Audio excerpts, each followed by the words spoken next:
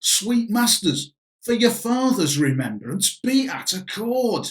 My father charged you in his will to give me good education. You have trained me like a peasant. The spirit of my father grows strong in me, and I will no longer endure it. Allow me such exercises as become a gentleman, or give me the poor lottery my father left to me by testament. And what wilt thou do? Beg when that is spent? I pray you leave me.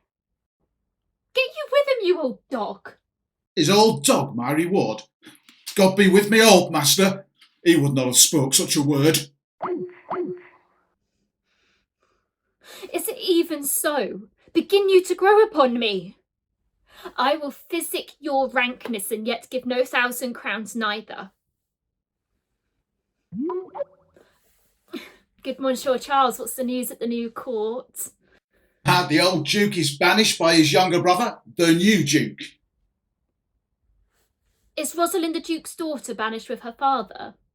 She's at the court, and no less beloved of her uncle than his own daughter, and never two ladies loved as they do. And where will the old Duke live? They say he's already in the forest of Arden, and many a merry men with him, like the old Robin Hood of England. You wrestle tomorrow before the new Duke? Marry, do I, sir, and I came to acquaint you with a matter. I'm given to understand that your younger brother, Orlando, hath a disposition to try a fall. For your love, I would be loath to foil him, as I must for my own honour, if you come in. I have myself laboured to dissuade him, but he is resolute. I'll tell thee, Charles, it is the stubbornest young fellow, a secret and villainous contriver against me.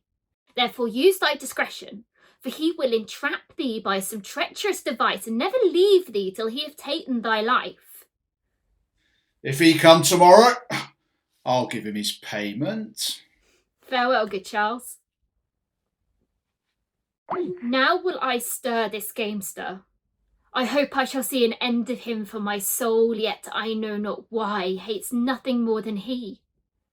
Yet he's gentle, never schooled, and yet learned, full of noble device of all sorts, enchantingly beloved. But it shall not be so long, this wrestler shall clear all.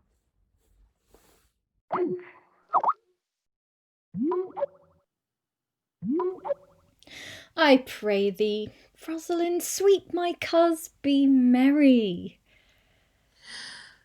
Dear Celia, I show more mirth than I am mistress of. And would you I were merrier, unless you could teach me how to forget a banished father. If my uncle, thy banished father, had banished thy uncle, the Duke, my father, so thou hadst still been with me, I could have taught my love to take thy father for mine. My sweet Rose, my dear Rose, be merry. From henceforth I will, coz. And devise sports. Let me see. What think you of falling in love? Well, marry, I prithee do, to make good sport withal, but love no man in good earnest. What shall be your sport then, Mistress, you must come away to your father. Were you made the messenger? No, by mine honour. But I was bid to come for you. Well learned you that, old fool. Of a certain knight that swore by his honour that they were good pancakes, and swore by his honour that the mustard was naught. Now, I will stand to it that the pancakes are naught and the mustard is good, and yet was...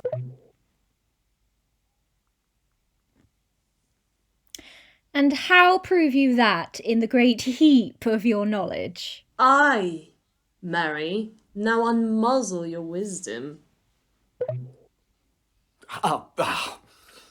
Right, stand you both forth now, Stroke your chins and swear by your beards that I am a knave. By our beards, if we had them, thou art.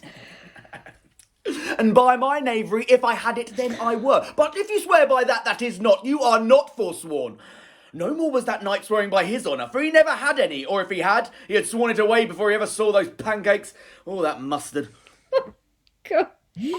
Bonjour, Madame Le Beau. What's the news? Fair princess, you have lost much good sport. Sport? Of what colour? Oh, what colour, madam? How shall I answer you? As wit and fortune will. Or as the destiny's decree. Oh, Sorry. well said. I was laid on with a trowel. You amaze me, ladies. I would have told you of good wrestling which you have lost the sight of. Yet, tell us the manner of the wrestling. There comes an old man and his 3 sons. The eldest of the 3 wrestled with Charles, the Duke's wrestler, which Charles in a moment threw him and broke 3 of his ribs, so there is little hope of life in him. So he served the second, and so the third. Ooh. Well, shall we see this wrestling, cousin? It is the first time that ever I heard the breaking of ribs was sport for ladies. Well, you must if you stay here, for here is the place appointed for the wrestling, and they're ready to perform it. Yonder, sure, they are coming. Let us stay now and see it.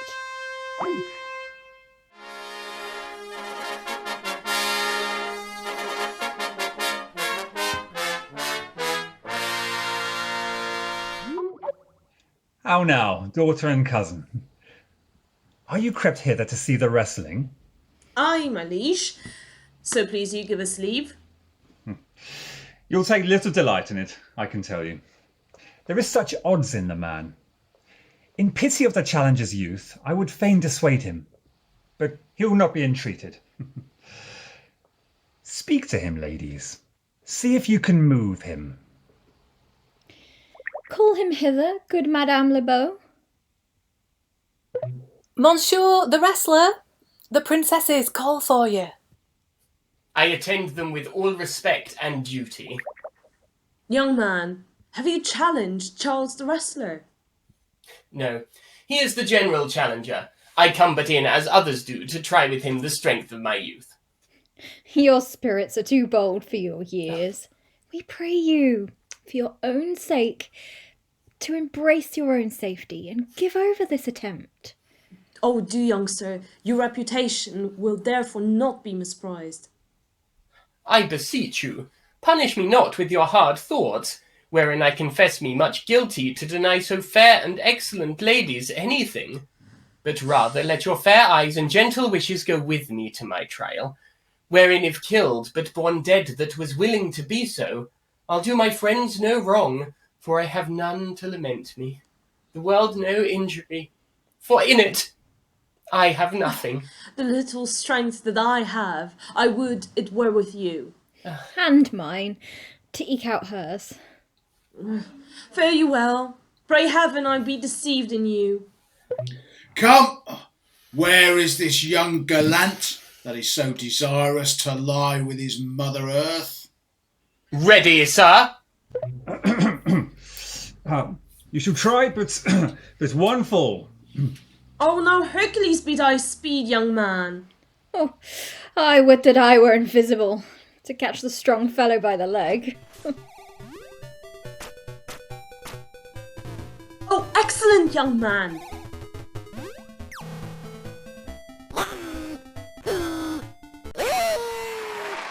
No more, no more. Yes, I beseech your grace. I am not yet well breathed. How dost thou, Charles? We cannot speak, my lord. Oh, bear him away. What is thy name, young man? Orlando, my liege, the youngest son of Sir Roland de Bois. Ah, I would thou hadst been son to some man else. The world esteemed thy father honourable, yet I did find him still mine enemy. thou shouldst have better pleased me with this deed, hadst thou descended from another house. But fare thee well. Thou art a gallant youth. I am more proud to be Sir Roland's son. My father loved Sir Roland as his soul, and all of the world was of my father's mind. Had I before known this young man his son, I should have given him tears unto entreaties ere he should have ventured thus. Gentle cousin, let us go and thank and encourage him. My father's rough and envious disposition sickens me at heart. Gentlemen, wear this for me. One out of suits with fortune that could give more, but her hands lacks means. Shall we go, coz? Aye, fare ye well, fair gentleman. Can I not say I thank you? My better parts are all thrown down, and that which here stands up is but a quintain, a mere lifeless block. He calls us back. My pride fell with my fortune. I'll ask him what he would. Did you call, sir? Oh, sir, you have wrestled well and overthrown more than your enemies. Will you go, coz? Have with you.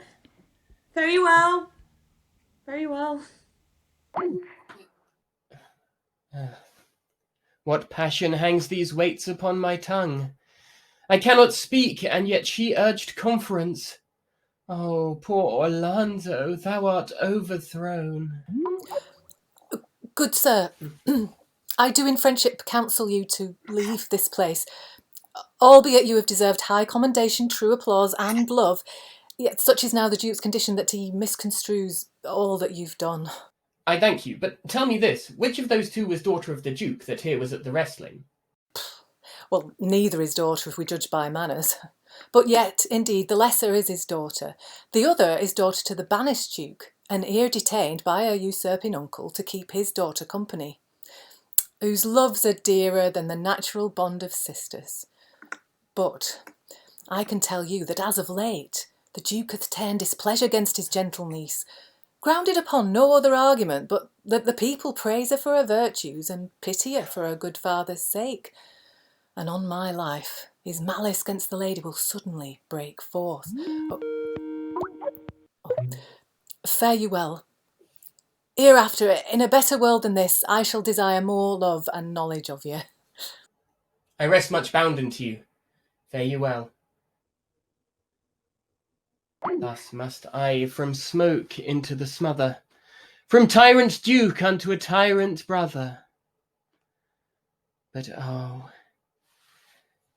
heavenly Rosalind.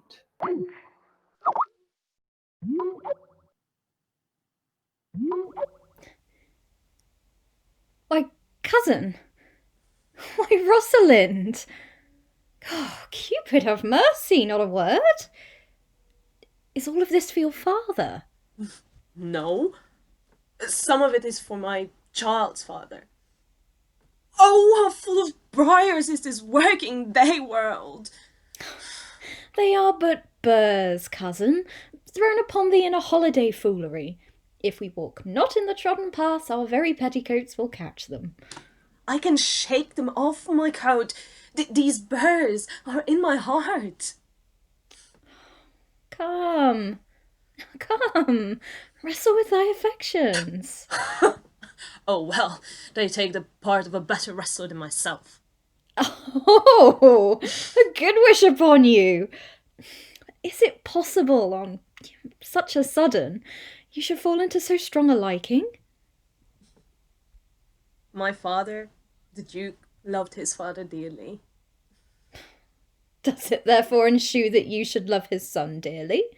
By this kind of chase I should hate him, for my father hated his father dearly.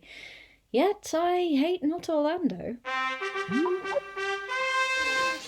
Mistress, dispatch you with your safest haste and get you from our court. Me, uncle? You, cousin.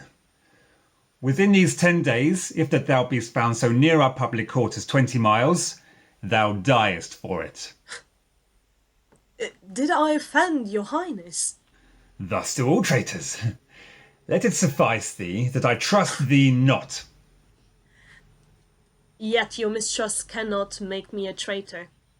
Tell me, whereon the likelihood depends? Thou art thy father's daughter. There's enough. So was I when your highness took his dukedom. So was I when your highness banished him. Treason is not inherited, my lord, or, if we derive it from our friends, what's that to me, My father was not a traitor.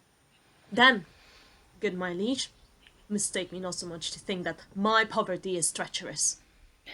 Dear sovereign, hear me speak. Aye, Celia, we stayed her for your sake. I did not then entreat to have her stay.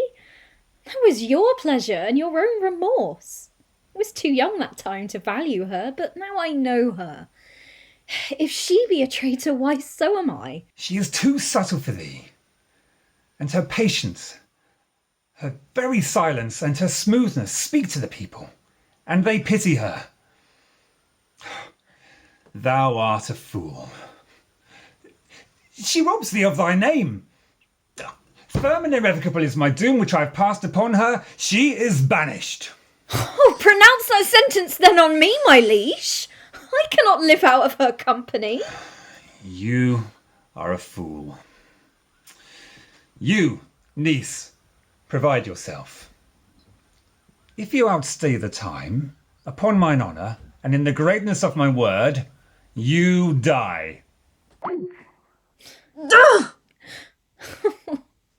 Oh, let my father seek another heir. For by this heaven, now are our sorrows pale? Say what thou canst. I'll go along with thee. Why? Whither shall we go? To seek my uncle in the forest of Arden. Alas! What danger will it be to us, maids as we are, to travel forth so far? Well, I'll put myself in poor and mean attire, and with a kind of umber smirch my face. The like do you, and so shall we pass along and never stir assailants. Were it not better, because I am more than common tall, that it suit me all points like a man? A gallant curtal axe upon my thigh, a boar spear in my hand? What shall I call thee when thou art a man? I'll have no worse name than Jove's own page. Oh, and therefore, call me Ganymede. But what will you be called?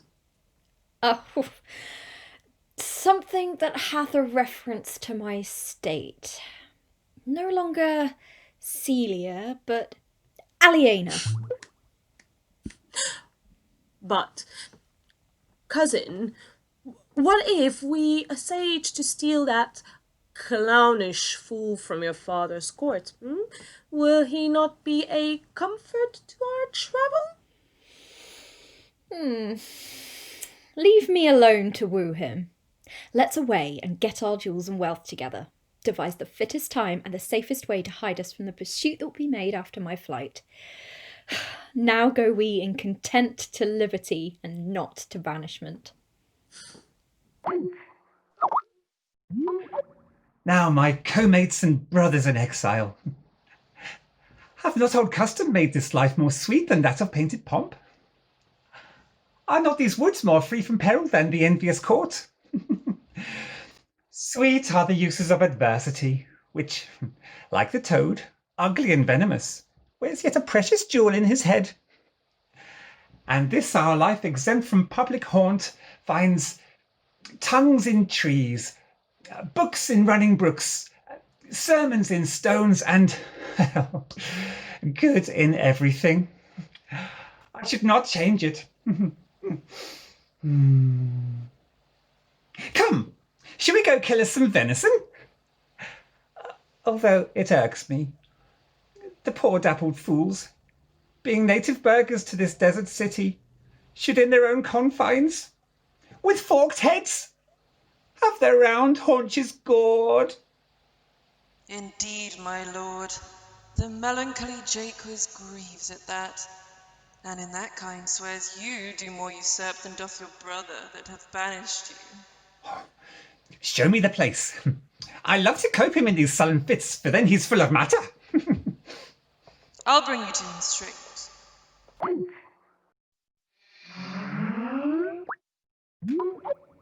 Can it be possible that no man saw them? It cannot be. Some villains of my court have consent and sufferance in this. I cannot hear of any that did see her. The ladies or attendants of her chamber saw her abed, and in the morning early they found the bed untreasured of their mistress. Hesperia, the princess's gentlewoman, confesses that she secretly o'erheard your daughter and her cousin much commend the parts and graces of the wrestler that did but lately foil the sinewy Charles, and she believes wherever they are gone that youth is surely in their company. Sent to his brother. Fetch that gallant hither. If he be absent, bring his brother to me. I will make him find him. Do this suddenly, and let not Google search and Inquisition quail to bring again these foolish runaways.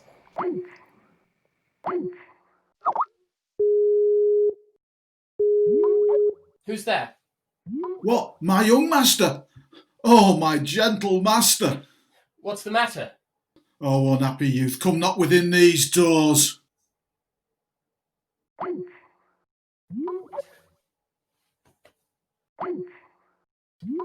Within this roof the enemy of all your graces lives.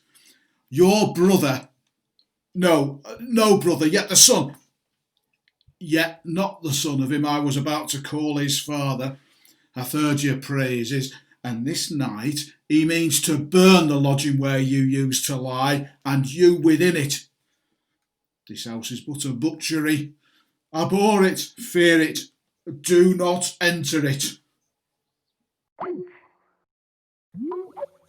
Why, whither, Adam, wouldst thou have me go? No matter whither, so you come not here. What, wouldst thou have me go and beg for my food? Or with base and boisterous sword enforce a thievish living on the common road? Thy rather would subject me to the malice of a diverted blood and bloody brother. But do not so. I have 500 crowns. The thrifty are I saved under your father, which I did store to be my foster nurse, when service should in my old limbs lie lame and unregarded age in corners thrown. Take that, and let eat that doth the ravens feed, yea, providently caters for the sparrow, be comfort to my age. Here is the gold, and all this I give to you. Let me be your servant. Though I look old, yet I am strong and lusty. I'll do the service of a younger man in all your business and necessities.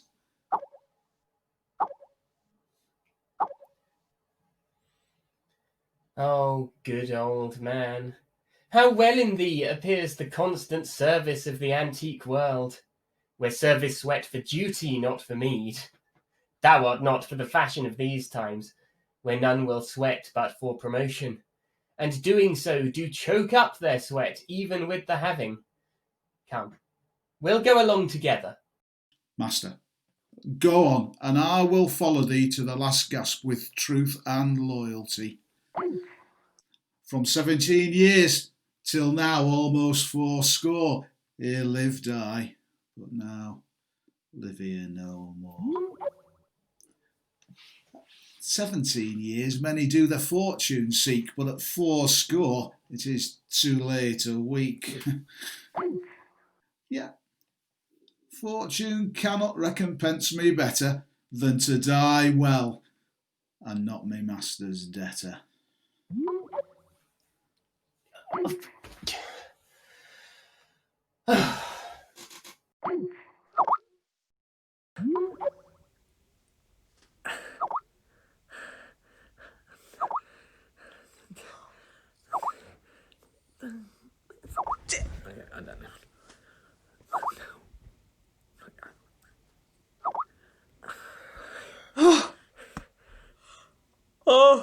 interpreter.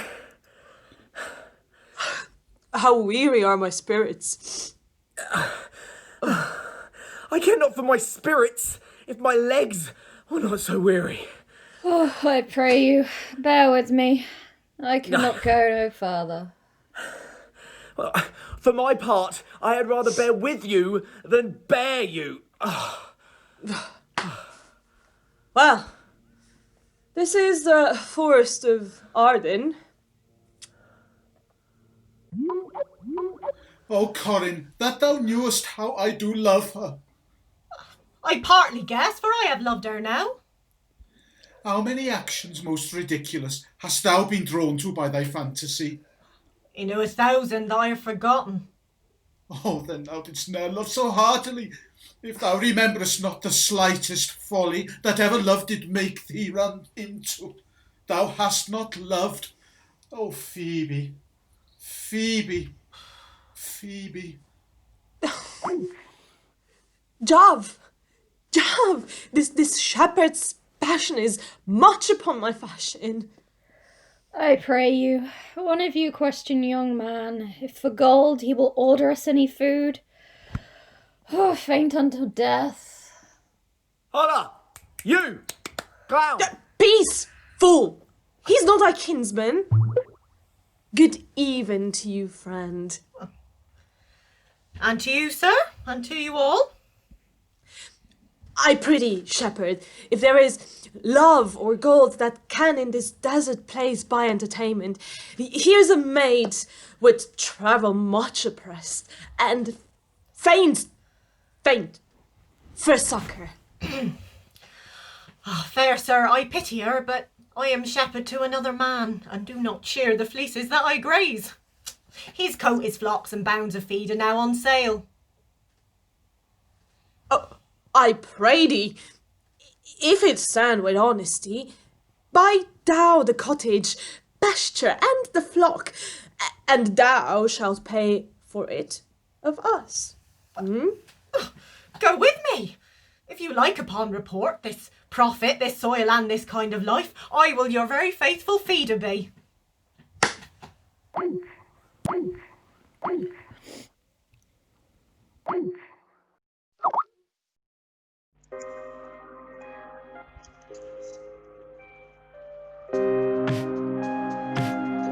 Under the greenwood tree, who loves to lie with me and turn his merry note unto the sweet bird's throat. Come hither, come hither, come hither. Here shall he sing, no enemy but winter and rough weather.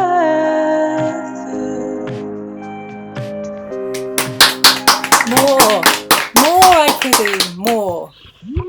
It will make you melancholy, Madame Jaques. I thank it. More, I prithee, more. I can suck melancholy out of a song as a weasel sucks eggs. More, I prithee, more. My voice is ragged. I know I cannot please you. I do not desire you to please me. Will you sing? More at your request than to please myself. Well then, if ever I thank anyone, I'll thank you. I'll end the song. Sirs, cover the while. The Duke will drink under this tree. He hath been all this day to look you. Oh, and I've been all this day to avoid him. He's too disputable for my company. Come, warble, come.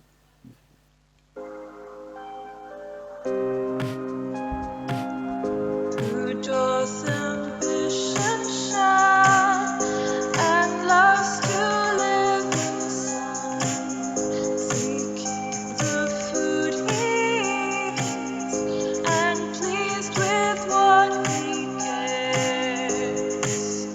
Come hither, come hither, come hither.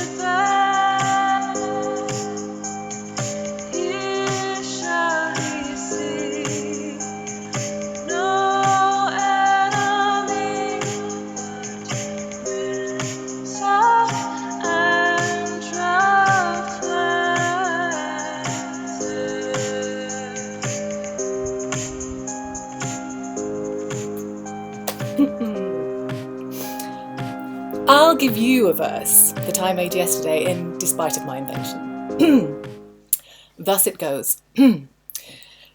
If it do come to pass that any man turn us, leaving his wealth and ease, a stubborn will to please. Duck dame, duck dame, duck dame. Here shall he see gross fools as he, and if he will come to me.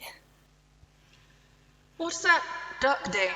Ah, 'tis a Greek invocation to call fools into a circle. I'll go sleep, if I can. If I cannot, I'll rail against all the firstborn of Egypt. And I'll go seek the Duke. His banquet is prepared.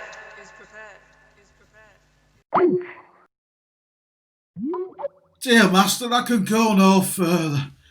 Oh, I die for food. Here, lie I down and measure out my grave.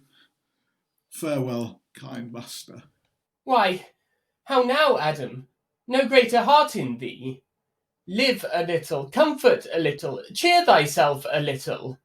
If this uncouth forest yield up anything savage, I will either be food for it, or bring it for food to thee. Thy conceit is nearer death than thy powers. For my sake, be comfortable. Hold death awhile at arm's end. I will be with thee presently, and if I bring thee not something to eat, then I will give thee leave to die. But if thou diest before I return, thou art a mocker of my labours. Well said. Thou lookest cheerly, and I will be with thee quickly. Yet thou liest in the bleak air. Come, I will bear thee to some shelter, and thou shalt not die for lack of a dinner, if there live anything in this forest. Cheerly, good Adam. How now, madame? What a life is this, that your poor friends must woo your company? What, you look merrily. A fool, a fool. I met a fool in the forest. A motley fool, a miserable world. As I do live by food, I met a fool who laid him down and basked him in the sun and railed on Lady Fortune in good terms, in good set terms, and yet a motley fool. Good morrow, fool, quoth I. No, sir, quoth he, call me not fool till heaven hath sent me fortune. And then he drew a dial from his poke, and looking on it with lack-lustre eyes, says very wisely, it is 10 o'clock. Thus we may see, quoth he, how the world wags. 'Tis but an hour ago since it was 9, and after 1 hour more 'twill be 11. And so from hour to hour we ripe and ripe, and then from hour to hour we rot and rot, and thereby hangs a tale. Oh, worthy fool, a noble fool, motley's the only wear. What fool is this? Worthy fool. Oh, that I were a fool. I am ambitious for a motley coat. Oh, thou shalt have one. Forbear, and eat no more. Why, I haven't eaten none yet. Nor shalt not till necessity be served. What kind should this cock come of? Forbear, I say. He dies that touches any of this fruit till I and my affairs are answered. And you will not be answered with reason? Well, I must die. What would you have? Your gentleness shall force more than your force move us to gentleness. I almost die for food, and let me have it. Well, sit down and feed, and welcome to our table. Speak you so gently? Pardon me. I thought all things savage here, and thus put I on the countenance of stern commandment. But whate'er you are, if ever you have looked on better days, if ever been where bells have knolled to church, if ever sat at a good man's feast, if ever from your eyelids wiped a tear, and know what 'tis to pity and be pitied, let gentleness my strong enforcement be, in which hopes I blush and hide my sword. True is it we have seen better days, and have with holy bell been knulled to church, the good men's feasts, and wiped our eyes of drops that sacred pity hath engendered. And therefore sit you down and feed. Then but forbear your food a little while longer. There is a good old man, who after me has many a weary step limped in pure love, till he first be sufficed, oppressed as he is with two weak evils, age and hunger. I'll not touch a bit. Oh, go find him out, and we will nothing waste till you return. I thank you, and be blessed for your good comfort. Thou seest we are not all alone unhappy. This wide and universal theatre presents more woeful pageants than the scene wherein we play in. All the world's a stage, and all the men and women merely players. Set down your venerable burthen, and let him feed. I thank you most for him. Sarge, you need. I scarce can speak to thank you for myself. Welcome, fall to. I will not trouble you as yet to question you about your fortunes. Give us some music, and good cousin, sing.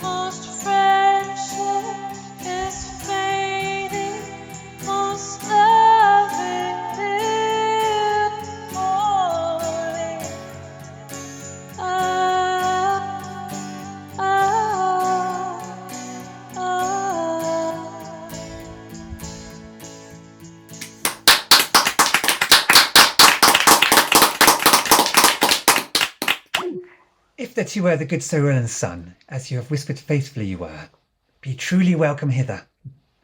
Good old man, thou art right welcome as thy master is. I am the Duke that loved thy father.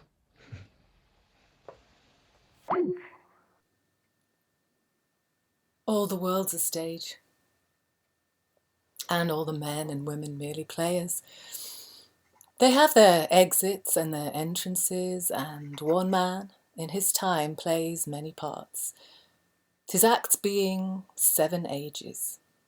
At first, the infant, mewling and puking in the nurse's arms, and then the whining schoolboy, with his satchel and shining morning face, creeping like snail unwillingly to school. And then the lover, sighing like furnace, with a woeful ballad made to his mistress's eyebrow. Then the soldier, full of strange oaths and bearded like the pard. Jealous in honour, sudden and quick in quarrel, seeking the bubble reputation, even in the cannon's mouth. And then the justice, in fair round belly with good capon, lined, with eyes severe and beard of formal cut, full of wise saws and modern instances, and so he plays his part. The sixth age shifts into the lean and slippered pantaloon, with spectacles on nose and pouch on side, his youthful hose well saved, but a world too wide for his shrunk shank, and his big, manly voice, turning again towards childish treble, pipes and whistles in his sound. Last scene of all, which ends this strange, eventful history, is second childishness and mere oblivion. Sans teeth, sans eyes, sans taste, sans everything.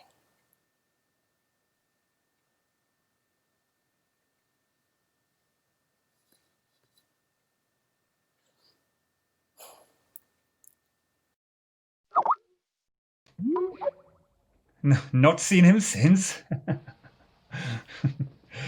Oh, sir. Sir. That cannot be. But were I not the better part made mercy, I should not seek an absent argument of my revenge thou present. But look to it! Find out thy brother wheresoever he is. Seek him with candle. Bring him dead or living within this 12-month, or turn thou no more to seek a living in our territory. Thy things and all things thou dost call thine worth seizure, do we seize into our hand, till thou canst quit thee by thy brother's mouth of what we think against thee. Oh, that your highness knew my heart in this. I never loved my brother in my life. More villain thou. Well, throw him out of doors, and let my officers of such a nature make an extent upon his house and lands. Do this expediently, and turn him going.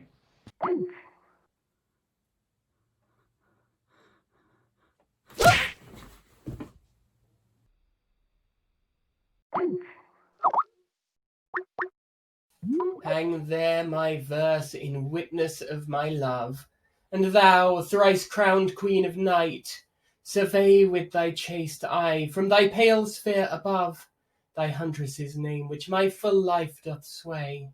O Rosalind, these trees shall be my books, and in their barks my thoughts I'll character, such that every eye that in this forest looks shall see thy virtue witnessed everywhere. Run, run, Orlando, carve on every tree the fair, the chaste, the unexpressive she.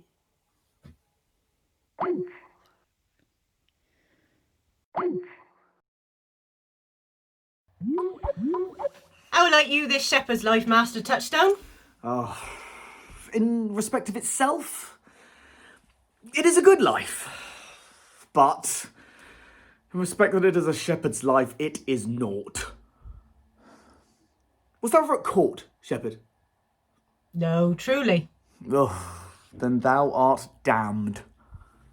For not being at court? Your reason?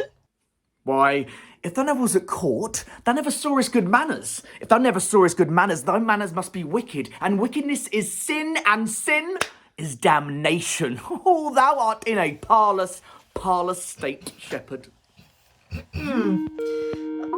Here comes young Master Ganymede, my new mistress's brother. From the east to the western end, no jewel is like Rosalind, her worth being mounted on the wind, through all the world bears Rosalind, all the pictures fairest lined, are but blacked to Rosalind? Winter garments must be lined, and so must slender Rosalind. Sweetest nut has sourest lined, and such a nut is Rosalind. He that sweetest rose will find must find love's prick, and Rosalind.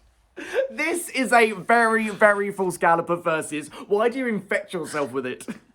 Oh, peace, you dull fool, I found them on a tree. Then truly the tree yields bad fruit. Helen's cheek, but not her heart, Cleopatra's majesty, Atlanta's better part, sad Lucretia's modesty. Thus Rosalind of many parts by heavenly snood was devised, of many faces, eyes, and hearts, to have the touches dearest prized.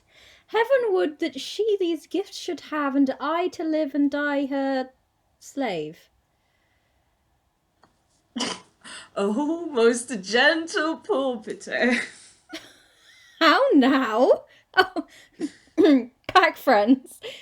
Shepherd, go off a little and go with him, sir. Come on, Shepherd. Did thou'st hear without wondering how thy name should be hanged and carved upon these tweets? I was never so berhymed since Pythagoras' time. Know you who have done this? Is it a man? And a chain that you once wore about his neck? Oh, change you colour! I prithee, who? Is it possible? Oh, nay, I prithee now, with the most petitionary vehemence, tell me! Oh, wonderful, wonderful! And most wonderful, wonderful, and yet again wonderful, and after that, out of all whooping. God, good my complexion, Aliena, I prithee tell me who it is, and speak apace! I would thou mightst pour this concealed man out of thy mouth, as wine comes out of a narrow-mouthed bottle, either too much at once, or none at all. I prithee, take thy quart out of thy mouth, that I may drink thy tidings. So you may put a man in your belly. Oh, what manner of a man? It is young Orlando. Orlando? Orlando. Alas! The day! Oh. What shall I do with my doublet, my hose? What did he say when you sawest him? What said he? How looked he? Did he ask for me? And when will you see him again? Answer me in one word. I found him under a tree, like a dropped acorn. It may be called a Jove's tree when it drops forth such fruit. There lay he, stretched along like a wounded knight. Though it be pity to see such a sight, it well becomes the ground. Oh, God. Cry holler to thy tongue. It brings me out of tune.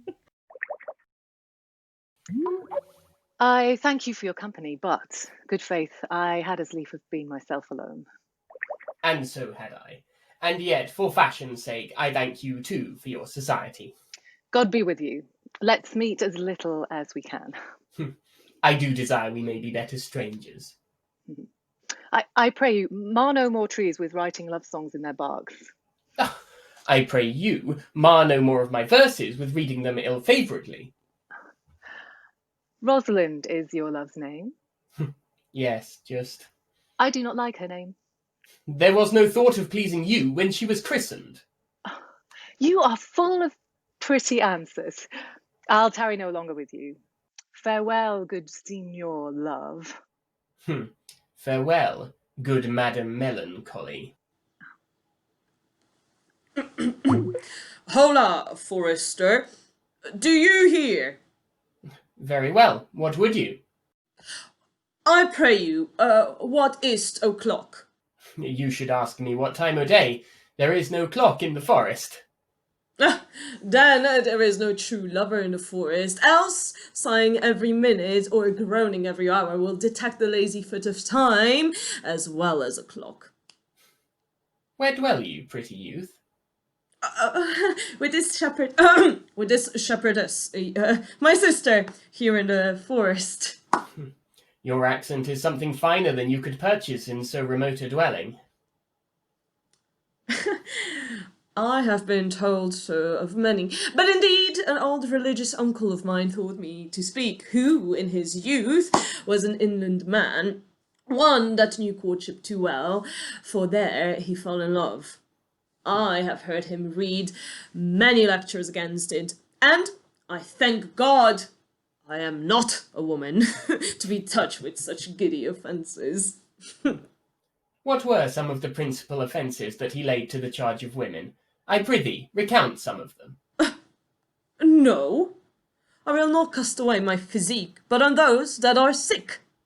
Oh, there is a man that haunts the forest, that abuses our young plants with carving Rosalind on their barks, and hangs odes upon hawthorns and elegies on brambles, all, forsooth, deifying the name of Rosalind.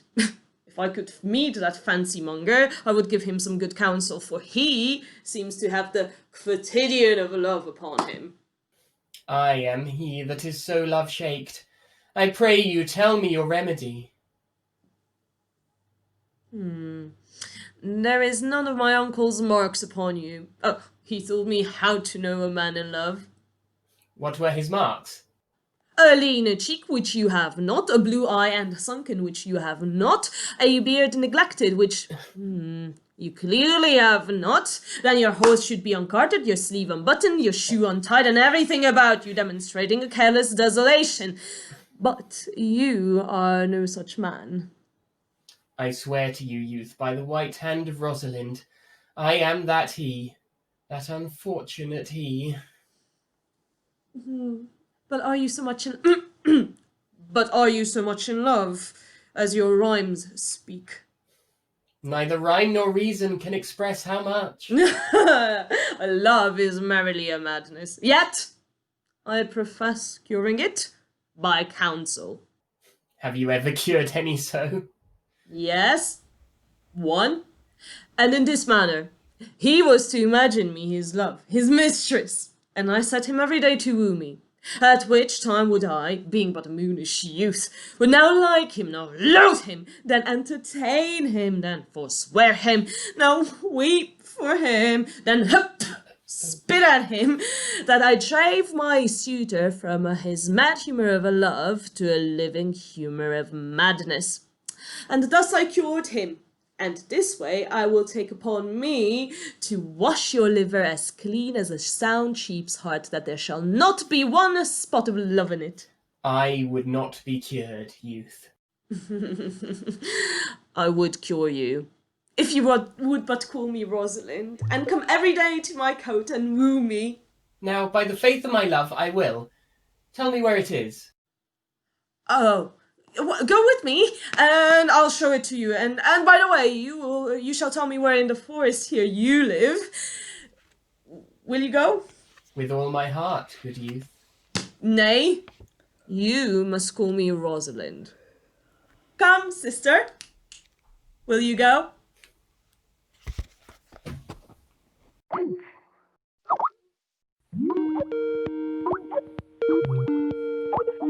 In the springtime, the only pretty ring time, when the birds do sing, hey, ding a ding ding, sweet lovers,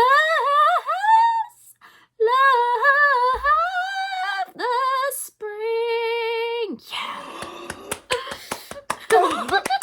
How now, Audrey? So, am I the man yet? Does my simple features content you? Lord warrant us, what features? Truly, I would the gods had made thee poetical. I do not know what poetical is.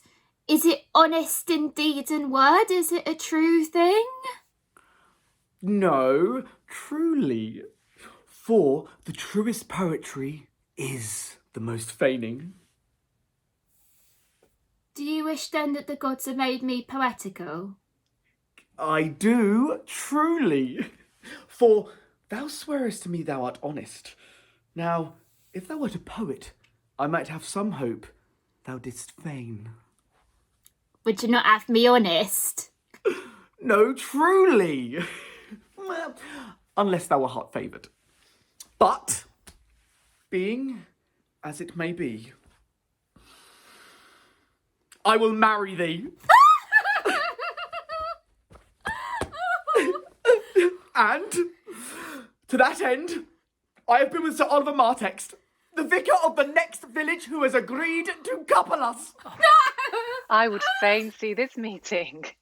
Well, the gods give us joy. Oh, amen, amen. Sir Oliver, you are well met. So, will you dispatch us here on this call, or shall we go with you to your chapel? Is there none here to give the woman? But I will not take her as a gift from any man. Truly she must be given, or the marriage is not lawful. Proceed. I'll give her. Will you be married, Motley? As the ox hath his bow, sir. And will you, being a man of your breeding, be married under a bush like a beggar? Get you to church, and have a good priest that can tell you what marriage is. Oh, go thou with me, and let me counsel thee. Come, sweet Audrey, come, sweet Audrey. We must be married or live in Bawdry. Oh, farewell, Sir Master Oliver. 'Tis no matter. Where do I? Bless you, my son. Never talk to me. I will weep. Do I, prithee? Yet have the grace to consider that tears do not become a man. But have I not cause to weep? Look, as good a cause as one would desire. Therefore, weep. But why did he swear that he would come this morning and comes not? Nay, certainly, there is no truth in him. Do you think so? Well, yes, I think he is not a pick-purse nor a horse-stealer, but for his verity in love, I do think him as concave as a covered goblet. Or a worm-eaten nut. Not true in love? Oh, yes, when he is in. And I think he is not in. You have heard him swear downright he was. Was is not is. Besides, the oath of a lover is no stronger than the word of a tapster. He attends here in the forest on the Duke, your father. I met the Duke yesterday and had much question with him.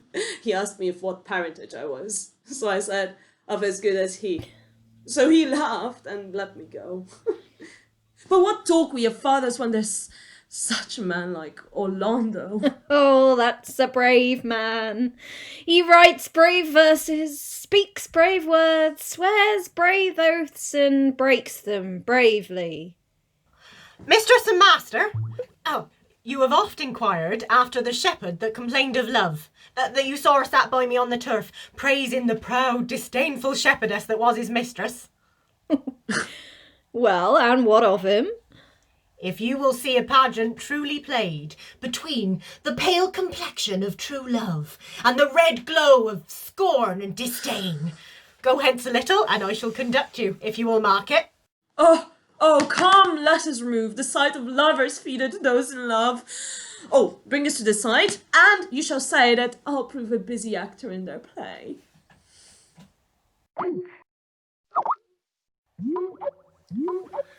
Sweet Phoebe, do not scorn me, do not, Phoebe.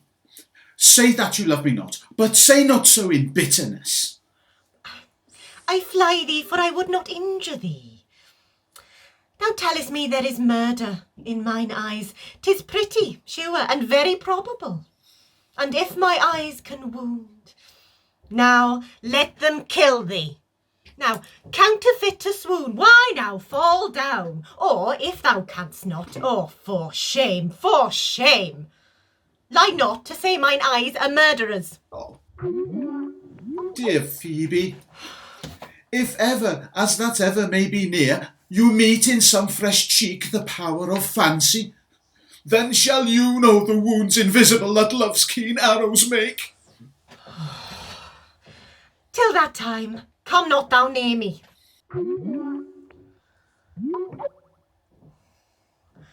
When that time comes, afflict me with thy mocks. Pity me not, for till that time I shall not pity thee. And why, I pray you, whom I be your mother that you insult, exalt, and all at once over the wretched? What, though you have no beauty, must you therefore be proud and pitiless? Why? What means this? Why do you look on me? I see no more in you than in the ordinary of nature's sales work. Oh, odds my little life, I think she means to tangle mine eyes too.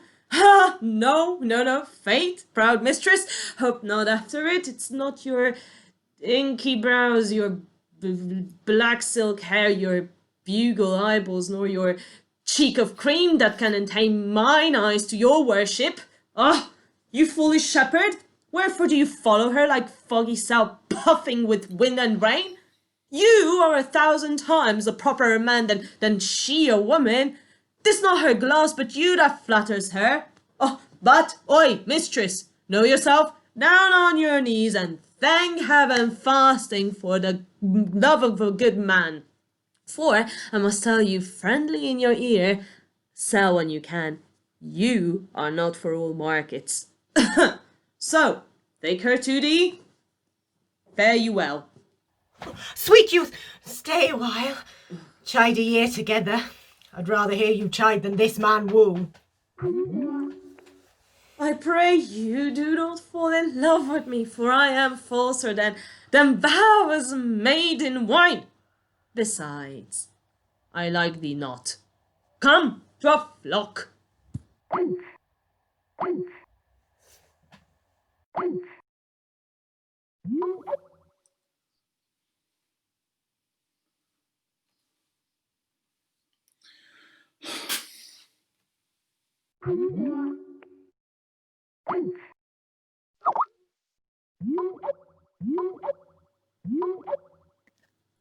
I prithee, pretty youth, let me be better acquainted with thee. They say you are of a melancholy fellow.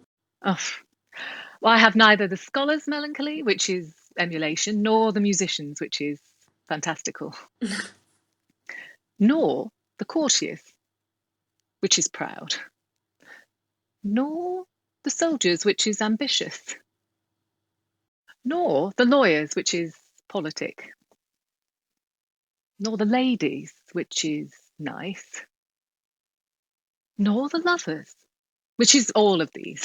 But it is a melancholy of mine own, compounded of many simples extracted from many objects, and indeed the sundry's contemplation of my travels, in which my often rumination wraps me a most humorous sadness. A traveller? Oh, by my faith! You have great reason to be sad. I fear you have sold all your own lands to see other man's, then to have seen much, and to have nothing is to have rich eyes and poor hands. Yes, I have gained my experience. Oh, and your experience makes you sad. I had rather have a fool to make me merry than experience to make me sad, and to travel for it too. Good day and happiness, dear Rosalind. Nay then, God be with you, and you talk in blank verse. Farewell, Monsieur Traveller. Why? How now, Orlando? Where have you been all this while? You, a lover. Ha! And you serve me such another trick, never come in my sight again. My fair Rosalind, I come within an hour of my promise. Break an hour's promise in love? He that will divide a minute into 1,000 parts and break but one part of that 1,000th part of a minute in the affairs of love, it may be said of him that Cupid had clapped him over the shoulder, but ill warrant him heart whole. Forgive me, dear Rosalind. Nay, and you be so tardy, come no more in my sight. I had as a leaf be wooed of a snail. Of a snail? Aye, of a snail, for though he comes slowly, he carries his house in his head, a better jointure than you make a woman. Besides, he brings his destiny with him. What's that? Why, horns. Virtue is no hornmaker, and my Rosalind is virtuous. When I am your Rosalind. Come, woo me, for now I am in a holiday humour and like enough to consent. What would you say to me now, and I were your very, very Rosalind? I would kiss before I spoke. Oh, nay! You had better speak first. Oh, Orlando, very good orators, when they are out, they will spit, and for lovers lacking matter, the cleanliest shift is to kiss. Who could be out, being before his beloved mistress? Mary, that should you if I were your mistress. Am I not your Rosalind? I take some joy to say that you are, for I would be talking of her. Well, in her person I'll say, I will not have you. Then in mine own person, I die! Oh, nay, fate, die by attorney. This poor world is almost 6,000 years old? And in all this time there was not a man died in his own person, videlicet in a love cause. Yeah, men have died from time to time, and worms have eaten them, but not for love. I would not have my right Rosalind of this mind, for I fear her frown might kill me. By this hand, it will not kill a fly. But come, I will be your Rosalind now, in a more coming on disposition, and ask me what you will, I will grant it. Then love me, Rosalind. Yes! Fate! Will I, Fridays and Saturdays and all. And wilt thou have me? Aye, and 20 such. What sayest thou? Are you not good? I hope so. Why then? Can one desire too much of a good thing? Come, sister, you shall be the priest and marry us. What do you say, sister? Pray thee, marry us.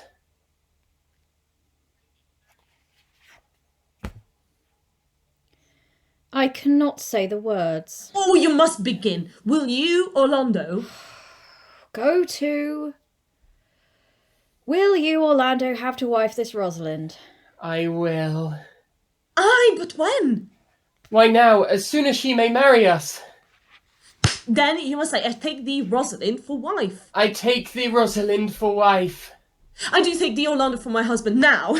Tell me, how long would you have her after you have possessed her? Forever and a day. Oof. Oh, say a day without the ever. Ah, no, Orlando. Men are April when they woo, and December when they wed. Maids are May when they are maids, but the sky changes when they are wives. But will my Rosalind do so? By my life, she will do as I do. Oh, but she is wise. The wiser, the waywarder. For these 2 hours, Rosalind, I will leave thee. Alas, dear love, I cannot let thee 2 hours. I must attend the Duke at dinner. By 2 o'clock I will be with thee again. Aye. Go your ways. I knew what you would prove. My friends told me as much, and I thought no less. That flattering tongue of yours won me. This but one castaway, and so, come death! 2 o'clock is your hour? Aye, sweet Rosalind. By my troth, and in good earnest, and so God man me, and by all prithy oaths that are not dangerous, if you break one jot of your promise, or come 1 minute behind your hour, I will think of you the most pathetical break promise, and the most hollow lover, and the most unworthy of her you call Rosalind. Therefore, beware, my messenger, and keep your promise. With no less religion than if thou wert indeed my right Rosalind. So, adieu. Adieu. Adieu. You have simply misused our sex in your love prat. Oh, cuss, my pretty little cuss, that thou didst know how many fathom deep I am in love. But it cannot be sounded. These affections had an unknown bottom, like the Bay of Portugal. Or rather bottomless. I'll tell thee, Aliena, I cannot be out of the sight of Orlando. Therefore, I'll go and find myself a shadow and sigh until he come. And I'll sleep.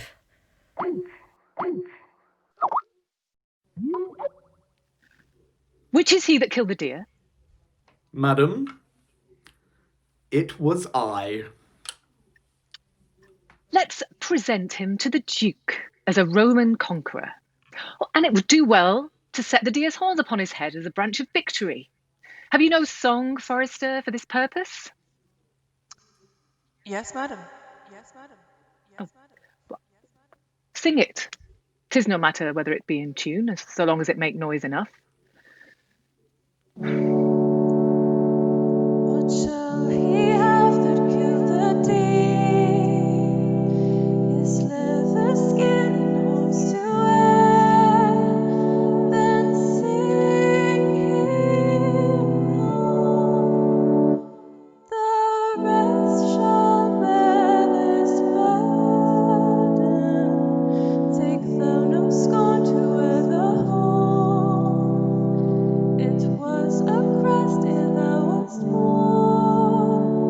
Thy father's father on thy father holds. The horn, the lusty horn is not a thing to scorn.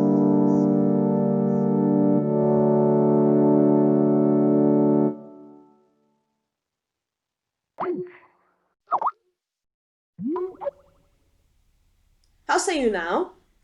Is it not past 2 o'clock, and here much Orlando?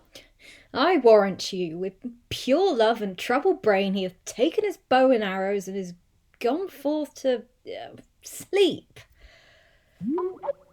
Good morrow, fair ones, are not you the owner of the house? Well, it is no boast being asked to say we are. Orlando doth commend him to you both, and to that youth he calls his Rosalind he sends this lost connection.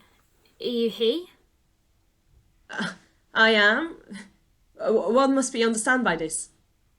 Some of my shame, if you will know of me what man I am, and how and why and where this lost connection was lost. I pray you, tell it. When last the young Orlando parted from you, he left a promise to return again within an hour, and pacing through the forest he threw his eye aside, and mark, what object did present itself? A wretched, ragged man laying on his back beside a bush, under which bush's shade a lioness lay couching, head on ground. This seen, Orlando did approach the man, and found it was his brother, his elder brother. Oh, I have heard him speak of that same brother, and he did render him the most unnatural that lived among men. And well he might so do, for well I know he was unnatural.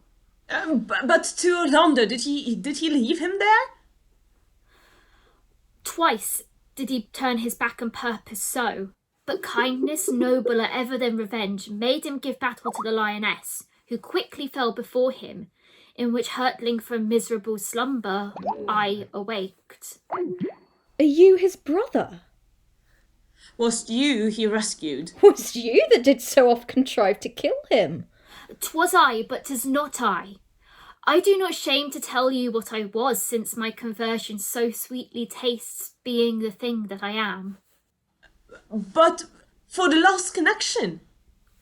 In brief, he led me to the gentle Duke, who gave me fresh array and entertainment, committing me unto my brother's love. And now he faded and cried in fading upon Rosalind.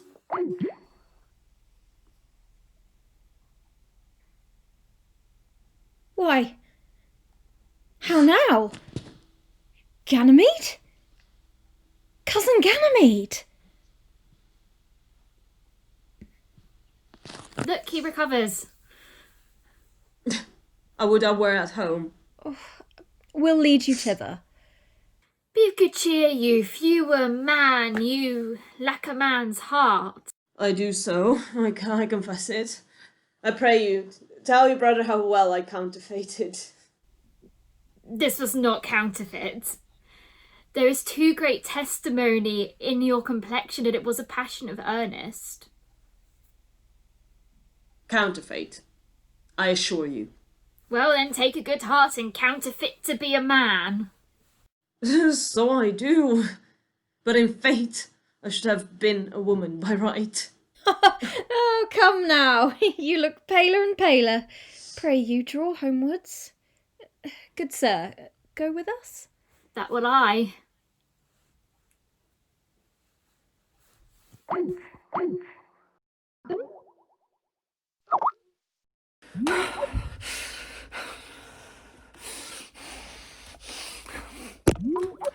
Audrey, there is a man here who lays claim to you. Oh, I know who 'tis. He hath no interest in me in the world. Good even, Audrey. Good even, William. And a good even to you, sir. How old are you, friend? Oh, 25, sir. Oh, a ripe age. Is thy name William? William, sir. Oh, a fair name. And wast thou born in the forest here? Aye, sir, I thank God. Oh, thank God. A good answer. And art thou rich? Oh, faith, sir. So. So is good, very excellent good. And yet it is not. And yet it is but so. Art thou wise?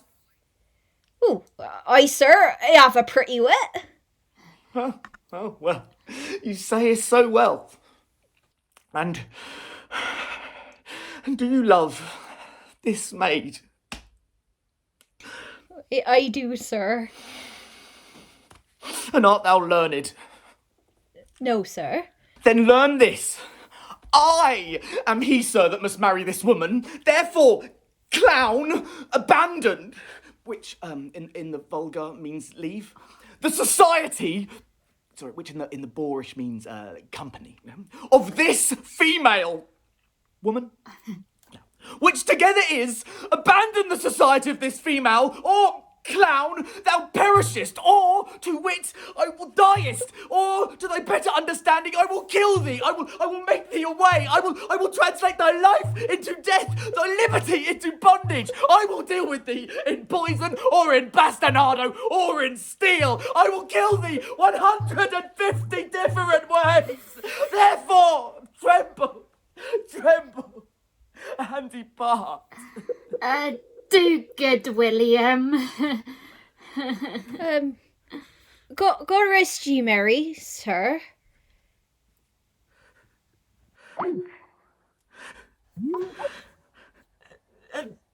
Our mistress and master seeks you. Come away. A trip, Audrey! I attend!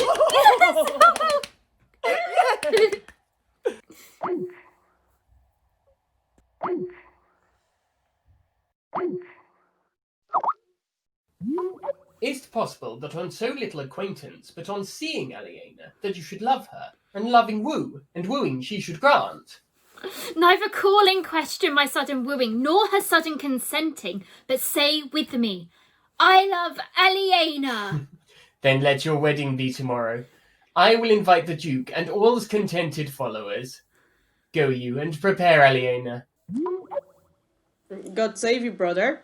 And you, fair sister. Oh, my dear Orlando, I thought thy heart had been wounded by a lion's claws. Wounded it is, but with the eyes of a lady. Did your brother tell you how well I counterfeited the swoon when he showed me thy handkerchief? Aye, and greater wonders than that. Oh, I know where you are. Nay, this is true. There was never anything so sudden for your brother and my sister. They're in the very breath of love, and they will together. They will be married on the morrow, and I will invite the Duke to the nuptials. But oh, how bitter a thing it is to see happiness through another man's eyes. So much more will I on the morrow be at the height of heart heaviness by seeing how much my brother is happy in having what he wishes. Why then? Tomorrow I cannot serve your turn for Rosalind? I can live no longer by thinking. I will weary you then no longer with idle talking. Know of me that I can do strange things. I have, since I was 3 years old, conversed with a magician.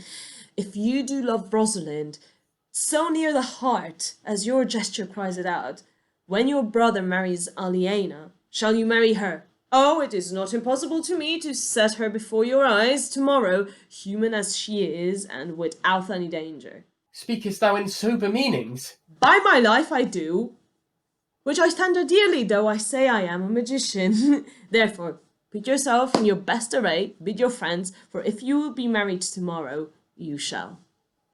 Oh, look! Here comes a lover of mine and a lover of hers. Youth, you have done me much ungentleness. I care not if I have. It is my study to seem despiteful and ungentle to you.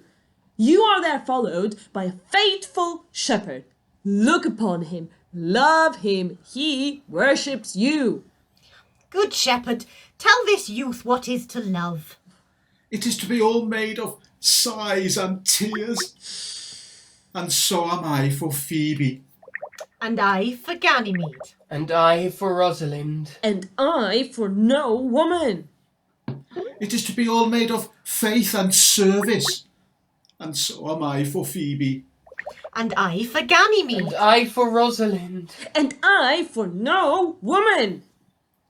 It is to be all made of fantasy, all made of passion and all made of wishes, all adoration, duty and obedience, all humbleness, all patience and impatience, and all purity, all trial, all observance. And so am I for Phoebe. So am I for Ganymede. And so am I for Rosalind. And so am I for no woman. Oh, I will help you if I can. I would love you if I could. Tomorrow meet me all together. I will marry you if I ever marry a woman, and I'll be married tomorrow. I will satisfy you if I ever satisfied man, and you shall be married tomorrow. I will content you if what pleases you contents you, and you shall be married tomorrow.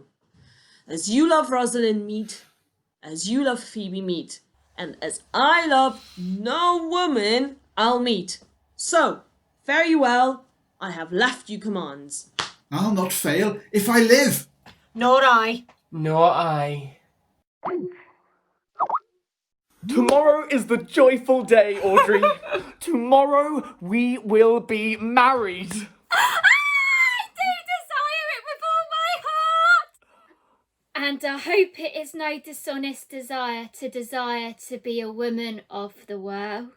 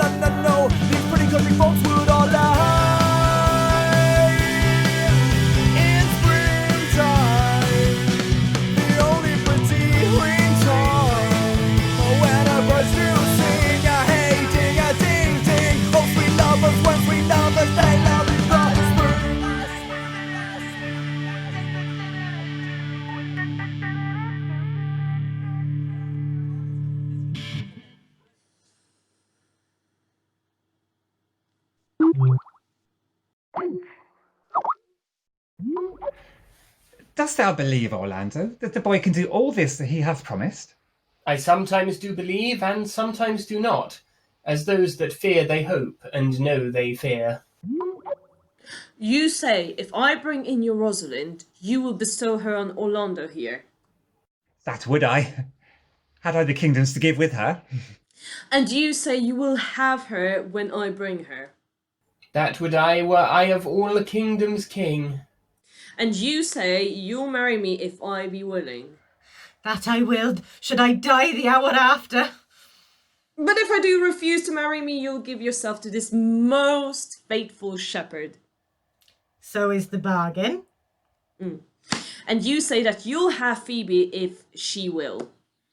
Though to have her and death were both one thing.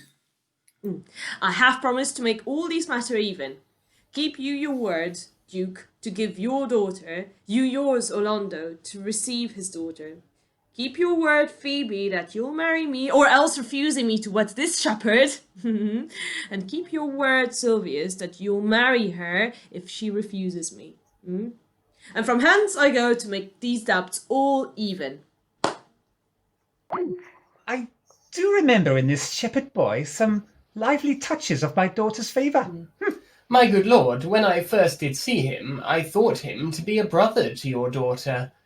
But, my lord, the boy is forest born, and hath been tutored in the rudiments of many a disparate study by his uncle, who he purports to be a great magician, obscured as he is in the circle of this forest. Salutations and greetings to you all! Good my lord, bid him welcome. This is the motley-minded gentleman that I have so often met in the forest.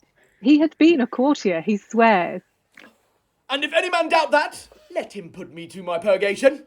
I have trod a measure. I have flattered a lady. I have been politic with my friend, smooth with mine enemy. I mean, I've undone 3 tailors.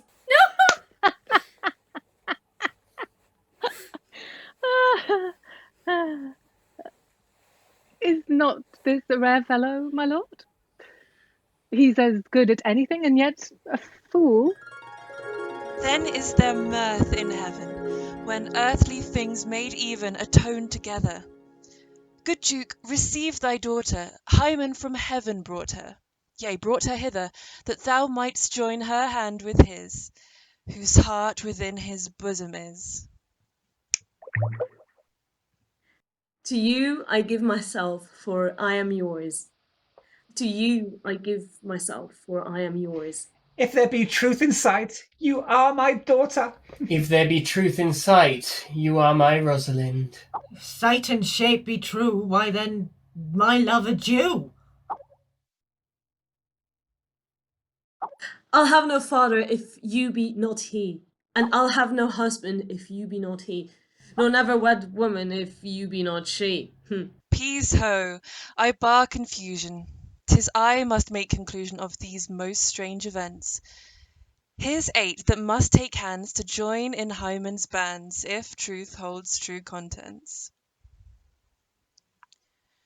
You and you no cross shall part. You and you are heart in heart. You to his love must accord, or have a woman to your lord. You and you are sure together as the winter to foul weather. Whiles a wedlock hymn we sing, feed yourselves with questioning, that reason, wonder may diminish, how thus we met, and these things finish. Oh, my dear niece, welcome thou art to me. Even daughter, welcome in no less degree. I will not eat my word. Now thou art mine, thy faith my fancy to thee doth combine. Let me have the audience for a word or two. I am the second child of old Sir Rowland, that bring these tidings to this fair assembly.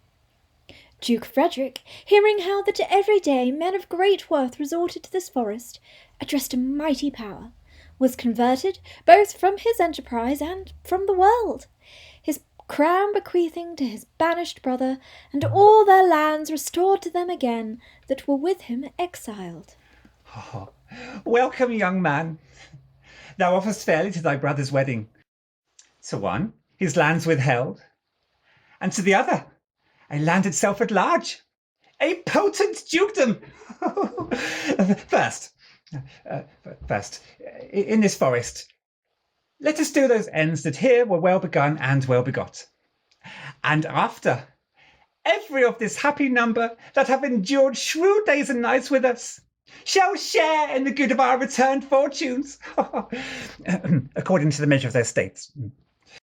Meantime, forget this new fallen dignity, and fall into our rustic revelry. Play, music, and you, brides and bridegrooms all, with measure, heat, and joy, to the measures fall. Madam, by your patience, if I heard you rightly, the Duke hath put on a religious life and thrown into neglect the pompous court. He hath. To him will I. Out of these convertites there is much matter to be heard and learned. You, to your former honour I bequeath. Your patience and your virtue well deserves it. You, to a love your true faith doth merit. You, to your land and loves and great allies. You, to a long and well-deserved bed. And you, to wrangling, for thy loving voyage is but for 2 months victualled. So, to your pleasures, I am for other than for dancing measures. Proceed, proceed. We will begin these rites, as we do trust they'll end in true delights. Cheers! Cheers!